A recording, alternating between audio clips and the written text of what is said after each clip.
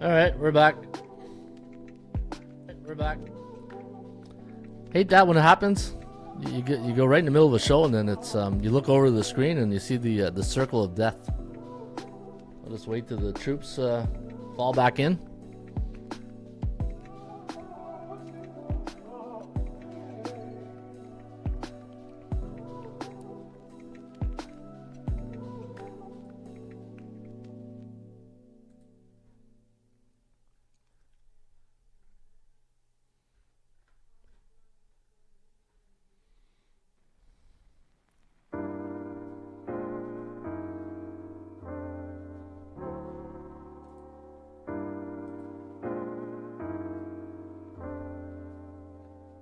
All right, I'll keep going. Yeah, so I'm going to take the over in this one. I'm going to take the over in the Eagles-Panthers game. All right, let's go to the next one. Let's go Giants. Giants against the Aints. All right, take a look here. New Orleans, a 4.5-point favorite. 41 is your total. New York Giants are on a 7-game straight-up NATS losing streak. Yeah, they're, Dable's like a dead man walking right now. But 6-4 straight up in ATS, 3-7 against C-type teams. And the Saints, 4-8 on the season, a little disappointing. 1-4 on the road as a road favorite. I've only been there once, 22-23. And who was that against? 22-23 against the Panthers. Yeah. And the Giants, well, yeah, they're not having they're not having a good time right now. Home underdog, 0-6. Average score is 25-10. Not good. I'm going to go over. I'm going to go over. I'm going to play the over in this game. I think could be like a, let me see here, 30-22 type game. I think you might get that. All right, I'm going to go over the total in this one. Let me see if I got any stats to share with you guys. The Saints as a road team, coming off a 7-point loss, 10-2. Zion Williams, not the treadmill team. Yeah, welcome back, guys. I know the stream went off there, but we're back online. Wow, look at all the unders. I'm going against bucking the trend here. That's okay. I'm going to take the over. I'm going to play the over, even though the unders numbers are telling us. Sometimes you got to go with your gut feeling, right?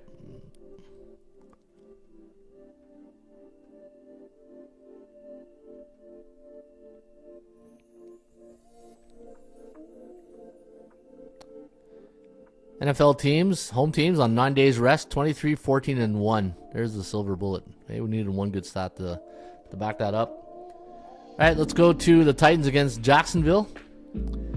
Yeah, this probably no Trevor Lawrence, right? Still recovering from that headshot. Mac Jones, please step up. Hey, Mac Jones stepping up this weekend. All right, Titans. Titans is just inconsistent. Look, they're 3-9. So you got a 2-10 team against a 3-9. Titans are 1-4.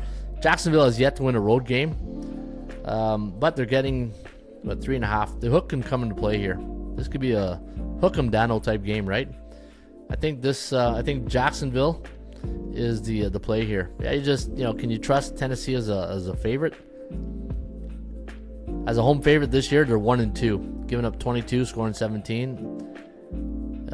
Jacksonville's got to do a better job on defense. Tighten it up on D. But they're 1-9 in Tennessee, 7-3 to the over. Maybe the over is a better play. Yeah, let's go over the total in Jacksonville against Tennessee.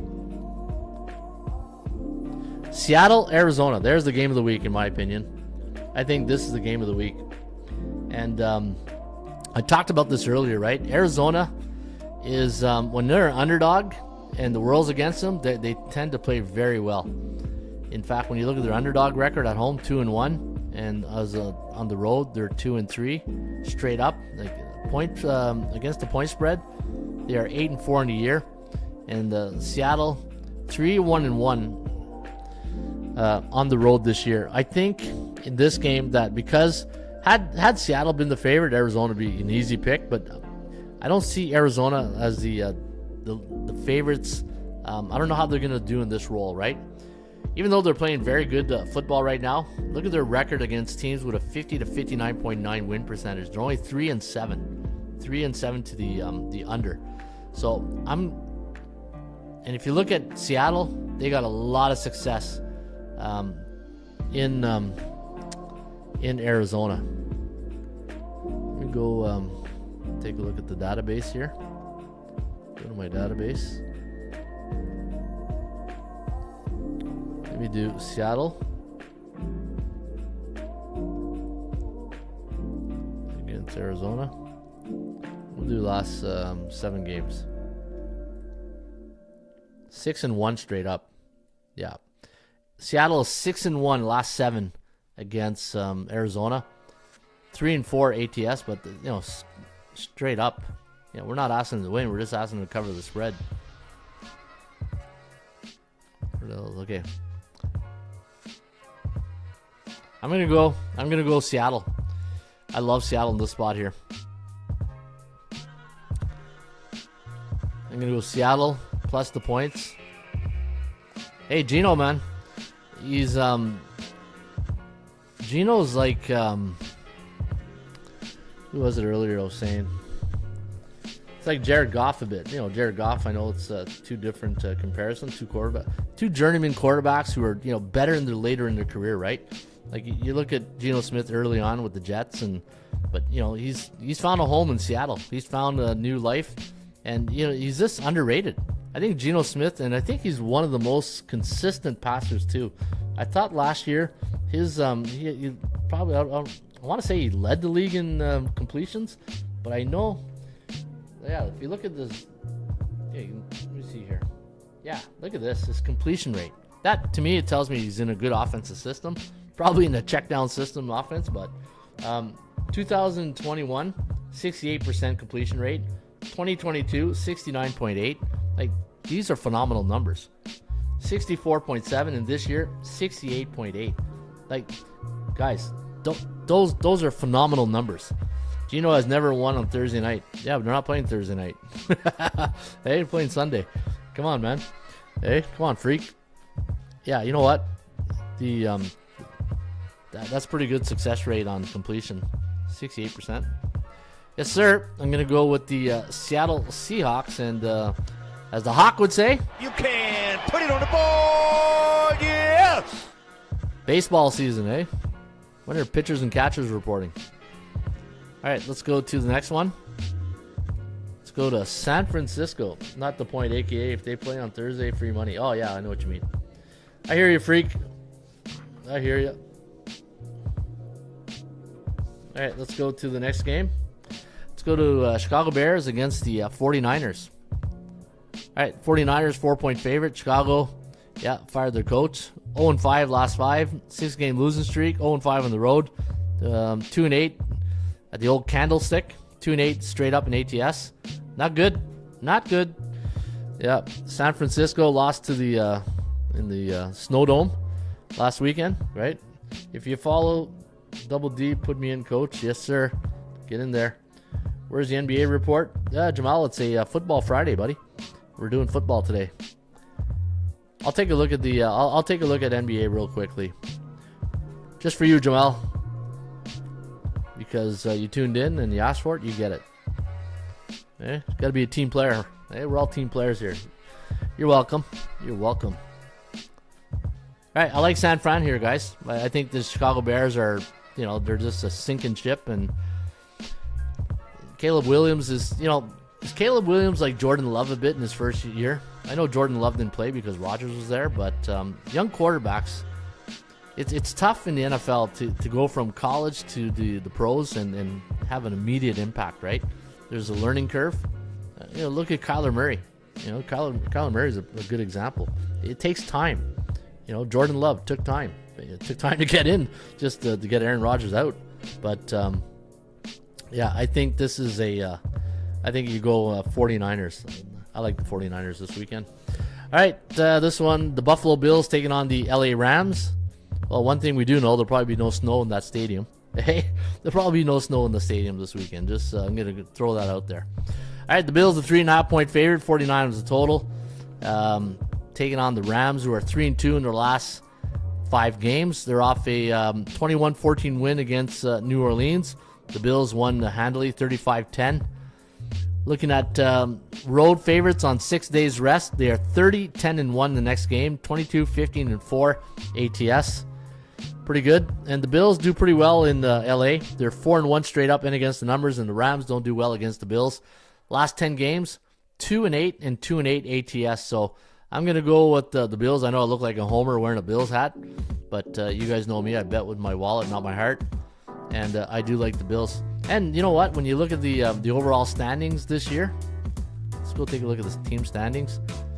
I like to do this. I like to show you guys, because when you look at the best teams in the NFL, 12-1, 9-3 ATS, 11-1, 5-7. The thing with the Chiefs, it's the Mahomes factor. Anytime you got a superstar like Mahomes, and you got Kelsey and you got Taylor Swift at the game every game, like they become, to me, the Chiefs have become, now they got a friggin' Christmas story thing. Hey, they're like the new America's team now. Hey, that's gonna piss off Jerry Jones. Hey, I don't think Jerry wants to let that tag go. Jerry, you need to do a Christmas movie. I think that's what you need, Jerry. I think you need to get Dak and the guys and do like the Chiefs. Get a, hey, I don't know if they can get Coach Mike McCarthy to do a Christmas like Andy Reid did. Anyways, yeah, Minnesota 10-2, 8-3. Philly 10-2, 8-4.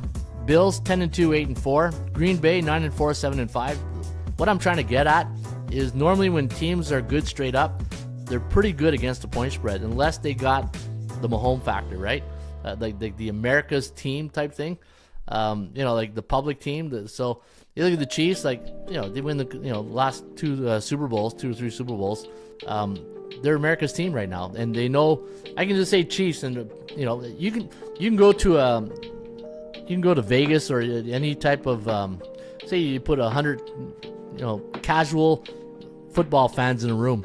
I guarantee you, out of 100 people, 80 of them are going to bet the Chiefs, no matter who they're playing. That's the psychological effect they have right now on the betting public. Chiefs got the rest factor. Yeah, they got that too. Yeah, they got the rest factor, eh? Those red stripes. I love those uniforms, eh? Next year they're coming out with the new red stripe uniforms. But Houston, 8-5, 8-4. Look at that. It's just the Chiefs, eh? It's just the Chiefs that they have a winning record but a losing ATS record.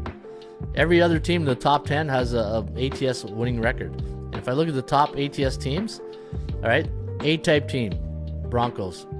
Hey, look at the Broncos, 10-3. Lions, 9-3, A-type team. Washington Commanders, 9-4, A-type team. Steelers, 9-3. Arizona, 8-4. Where's the Bees? So we got one Arizona, Tampa Bay. So in the top 15, you got 3 B-type teams. They're all A's. So, what's the message I'm trying to get out here? Winners win, and they cover normally, right? When you look at this, you look at the top 10.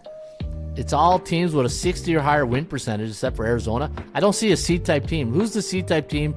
Indianapolis, a losing record with only an ATS. So, what does Bill Parcells says all the time? You are what your record says you are. And when you expect bad teams to do good things, keep dreaming, eh? It's a dog-eat-dog world, Sammy, and I'm wearing milk-bone underwear. Yeah, keep wearing those milk-bone underwear. Anyway, bottom line, winners win. Except for the Chiefs. The Chiefs win, but they don't cover, eh? It's like Homer Simpson tells Bart, it doesn't matter who wins or loses, son. It's all who covers the spread. All right. Speaking of the devil, eh? How about the Chiefs? Playoffs? Don't talk about playoffs. You kidding me? Playoffs? Yeah. Hey, Marty Schottenheimer. That's when I see the Chargers, I think of Marty Schottenheimer. You ever do that? You look at logos or teams and you have like a deja vu. I just had a deja vu of Marty Schottenheimer, the Chargers. And the Chiefs. Didn't Marty also coach the Chiefs? Hey, I don't know why. I just thought of Marty Schottenheimer right off my bat. Hey, may you rest in peace. But yeah, it's funny like that, right? You see things and you've been around a while. Who's the first name you guys think of when you think of the Chargers? Probably Dan Fouts, right? But Kansas City Chiefs, 4-point favorite. This is a good game. This will be a good game. And, Jim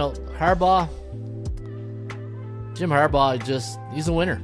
At the end of the day, everywhere he goes, he just wins. And, I read reports where he's changing the culture and they're making them believe. Good coaches make teams believe, right? That's what it is. Good coaches make teams believe. And they change cultures, and they bring guidance and structure. When I think of really good football coaches, even in my level, I think of great coaches that win, and the first thing that comes to mind is that they're structured. Great coaches are structured, and it's like a little army. And I always say that when I talk to the football team. Antonio Gates, he's probably still playing. Antonio Gates is probably still playing somewhere. He's playing in Europe somewhere, in Germany. Antonio Gates played till he's 50. But, great coaches are, what they do is they bring in calmness, they bring in poise, they bring in character. And, I think a good coach like Tomlin, right? I think of, the velvet hammer. You got to come in with a velvet hammer. You got to have a little bit of sandpaper, but you got to bring in structure. And one thing for young coaches out there, don't try so hard to be liked. At the end of the day, don't always try to be liked as a coach. I see it all the time in my levels, the high school levels. Don't be their buddies. At the end of the day, you're their coach, and you can't. And I say this all the time when I'm coaching. I said, and to other coaches, I'll say, look, don't spend 90% of your time on 10% of the kids. Think of the team. It's truer words, right? Because what happens is and I can see it now. Why do you think all these college coaches are bailing, right? Saban, all those guys, because they don't want to get caught in this recruiting war. Because then they start selling their soul for the devil, and they start doing things that that you shouldn't be doing. Like if you guys saw that Brian Kelly video, what the hell is that? That to me, if I'm a young recruit, I'm like, fuck, I'm not going there. I'm not going to friggin' LSU, friggin', start doing these weird videos. Don't sell yourself, man. You know what I mean? Keep your true values. But anyways, getting on a rant right now. Hit that like button. Hello, coach. ATS family is in the house. Yeah. Anyways, what I'm getting at, winning coaches like Harbaugh, right? He goes to Michigan, they win. They win the national championship. Now, it's debatable. Hey, the recruiting stuff, you can debate about that, but he wins. At the end of the day, even his brother John wins, right? Great coaches know how to win. Looking at this game, you got a new. This is a different Charger team. So when I do these type of analytics and I bring up the Charger stats, it's really tough to you got a current situation compared, and trust your eyes, right? And my eyes tell me that the Chargers getting 3.5 points, 4 points at Arrowhead. How do they do 3-7? So normally Charger teams are 3-7 ATS. Not great numbers, right? Chiefs are 8-2. Last time 17-10 win at Chargers, right? But this is a different Charger team. What's their record last 5 games? 4-1, 25 and 19 points for and against. Friggin'